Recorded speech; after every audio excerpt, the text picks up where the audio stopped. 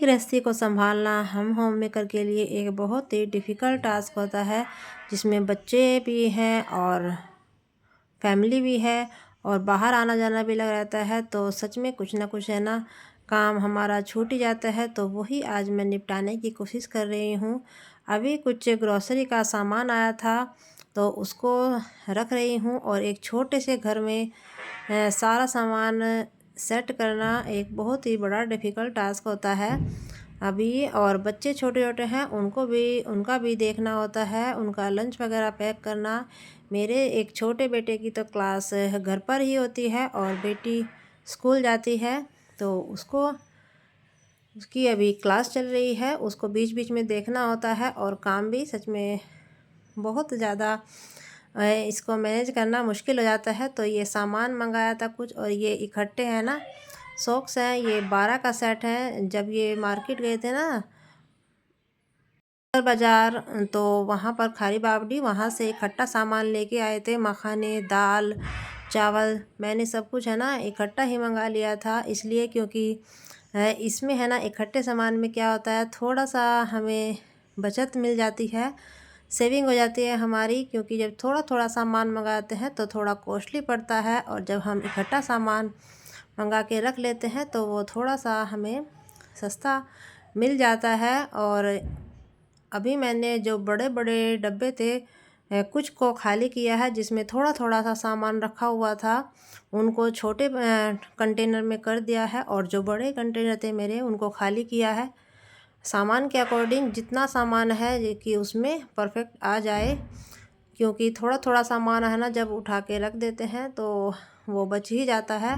और ये मैं दिखा रही थी, जैसा हम खुले में सामान लेते हैं, पैकेट वगैरह में थोड़ा हमें कॉस्टली पड़ता है, तो वो भी अच्छा ही मिल जाता है, देख के लाओ।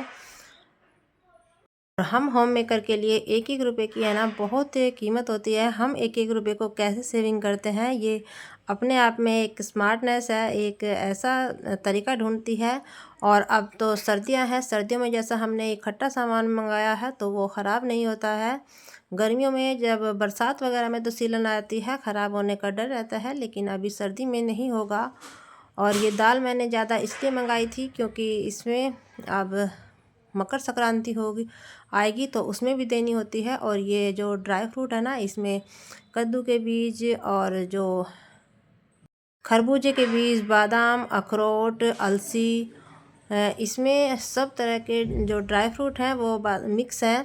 तो इसमें जैसा हम कुछ लड्डू वगैरह बनाते हैं या खीर में डाल लो, तो इसका टेस्ट बढ़ जाता है। और ये थोड़े से है ना हमें सस्ते भी मिल जाते हैं, जैसे इकट्ठे हम ड्राई फ्रूट मंगाते हैं तो ये थोड़े से हमें सस्ते मिल जाते हैं। और ये एक बड़ा डब्बा था, इसके जो है इस पर रैपर लगा हुआ है, मैंने इसको हटाने की कोशिश की लेकिन सारा नहीं उतरा है। और इसमें मुझे रखने हैं चावल, तो उसके लिए चावल है ना लॉन्ग टाइम के लिए ऐसे ही बने रहे, तो उसके लिए मैंने है ना जो तेज़ पत्ता होता है और जो माचिस की अंदर की ये तीलियाँ होती है ना, तो उसमें थोड़ा थोड़ा मैं डाल दूँगी। सबसे पहले जो है नीचे डालूँगी, और उसके बाद उसमें मैं चावल डाल दूँगी, और फिर बीच में तेज़ पत्ता और तीलियाँ डाल दूँगी। देखिए इस तरह से, तो आप भी ऐसे करके देखना, ये सालों साल तक फार्मूला चलता है। ये बिल्कुल भी हमारे चावल जैसे चावल में वो कीड़े वगैरह हो जाते हैं, जाले पड़ जाते हैं, बिल्कुल भी नहीं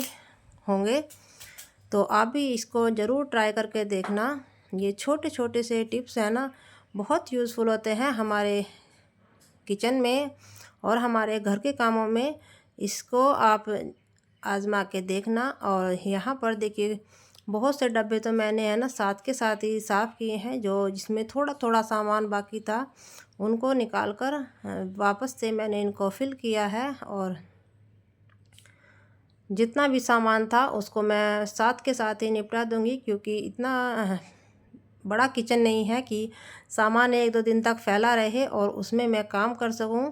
क्योंकि छोटे छोटे घरों में सामान को किस तरह से अरेंज करना होता है, ये सच में एक डिफ़िकल्ट टास्क होता है। और साथ के साथ ये जो पॉलीथीन जो मेरी खाली हो रही है ना, तो उनको मैं साथ के साथ ही छोटे छोटे फोल्ड करके रख दूँगी। इससे क्या होता है, जैसा मैं अपने डस्टबिन वगैरह में इसको लगा लेती हूँ, जो बड़ी बड़ी थैलियाँ होती हैं उसको बाल्टी पर डस्टबिन पर ऐसे ही लगा देती हूँ और छोटी छोटी थैलियाँ भी मेरी काम आ जाती है। जैसा सब्ज़ी वगैरह काटते हैं ना, तो जो छिलके डालती हूँ ना, वो साथ के साथ ही मैं इन छोटी छोटी थैलियों में कर कर डस्टबिन में डाल देती हूँ। तो ये भी एक बहुत बड़ा रोल होता है इन पॉलीथीन्स का। तो सच में हमारे जो होम मेकर हैं उनके लिए कुछ भी सामान है ना बेकार नहीं होता है। हर चीज़ का हम कुछ ना कुछ यूज़ निकाल ही लेते हैं। तो सारी ही जो थैलियाँ हैं उनको मैं एक डब्बे में करके रख देती हूँ। जब मुझे ज़रूरत होती है तो तब मैं निकाल लेती हूँ। और इस डब्बे में से मैंने ये थोड़े से चावल बचे हुए थे। चावल भी कई तरह के आते हैं। हम खीर में चावल यूज़ करते हैं, वो थोड़े मोटे होते हैं। जो वाइट चावल बनते हैं वो थोड़े लंबे होते हैं, बासमती होते हैं। तो इसमें से मैंने चावल अलग कर दिए और जो बिस्किट थे वो बिस्किट मैंने इसमें भर कर रख दिए हैं। और देखिए ये मैंने मखाने है ना 1 किलो के करीब मैंने मखाने मंगाए थे। तो पैकेटों में वहाँ पर थोड़ा सा धोखेबाजी चल जाती है, तो खुले ही मंगाए हैं। क्योंकि पैकेट में क्या करते हैं वो लोग अंदर से छोटे छोटे करके रख देते हैं। और तो मैंने खुला ही करके मंगाया था, बड़े कंटेनर में रख दिया है। जितने यूज़ करने हैं वो मैं नीचे रख दूँगी। और यहाँ पर ये मेरे बच्चों के है ना टिफ़िन है, ये टूट रहे हैं, ख़राब हो गए थे। तो इनमें मैंने है ना सामान भर कर रख दिया है। और यहाँ पर ये अलसी है, जो फूड कंटेनर होते हैं ना जिसमें हम सब्जियाँ वगैरह मंगाते हैं, तो उनमें भी मैं कुछ ना कुछ फिल करके रख देती हूँ। और इस तरह से देखिए मैंने यहाँ पर अपना सारा ही सामान है ना रख दिया है। कितना भी कर लो सामान इकट्ठा है ना हो ही जाता है। थोड़ा थोड़ा करके यूज़ कर लेके आओ, फिर भी खूब सारा सामान हमारे किचन में इकट्ठा हो जाता है। और यहाँ पर ये जो मैंने साफ़ करने के लिए जो लिक्विड बना रखा है वो घर पर ही है। इसमें मैंने जो बोतल में कॉलिन बचा हुआ था और थोड़ा सा इसमें डिश बार है, तो वही मिलाकर मैं इसमें सारा साफ़ करती हूँ अपने किचन को। और देखिए यहाँ पर ये मेरा पास टॉवल था, और ये टॉवल है ना इतना इसका स्टफ़ बेकार था। ये जैसा पूंछते वगैरह ना जैसे हम, तो बेकार सा था ये, अजीब सा। इससे धूल मिट्टी अच्छे से साफ़ नहीं होती जैसा हम साफ़ करते हैं। तो इसका मैंने यूज़ इस तरह से निकाला है। इसको मैंने एक हैंगर लिया और हैंगर में से निकाल के इस तरह फोल्ड कर लिया। और यहाँ पर देखिए मैं इसकी 2 पॉकेट बना लूँगी। आपकी मर्ज़ी है 2 या 3, जिस तरह से भी आप इसकी पॉकेट बना लीजिए। और साइड से मैं इसमें सिलाई मार दूँगी और एक एक सिलाई मैं बीच में से इसमें लगा दूँगी। तो देखिए इसको मैंने इस तरह से सिल दिया है और यहाँ से मेरी ये पॉकेट बन गई है। एक अच्छा सा मेरा ऑर्गेनाइज़र बनकर रेडी हो गया है। इसमें है ना हाँ हैंगिंग ऑप्शन है, तो आप इसमें अपने चश्मे वगैरह और जो बच्चों के पेंसिल वगैरह है जो वो यूज़ नहीं करते हैं वो भी आप इसमें रख सकते हो। देखिए जैसा हम अपना सामान इस तरह से हैंग करके रख सकते हैं।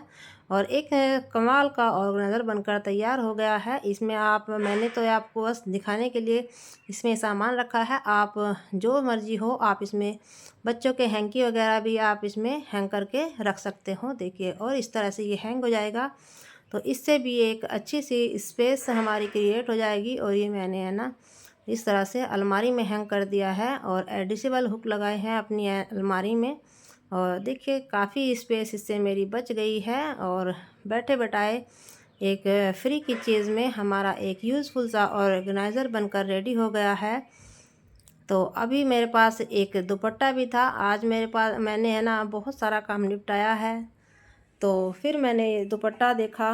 जैसा मैं टॉवल का ये यूज़ कर रही थी तो मेरे दिमाग में आया कि क्यों ना इस दुपट्टे को भी यूज़ किया जाए, क्योंकि इसका अब जो कुर्ता था वो मैंने यूज़ कर लिया, फट गया है वो।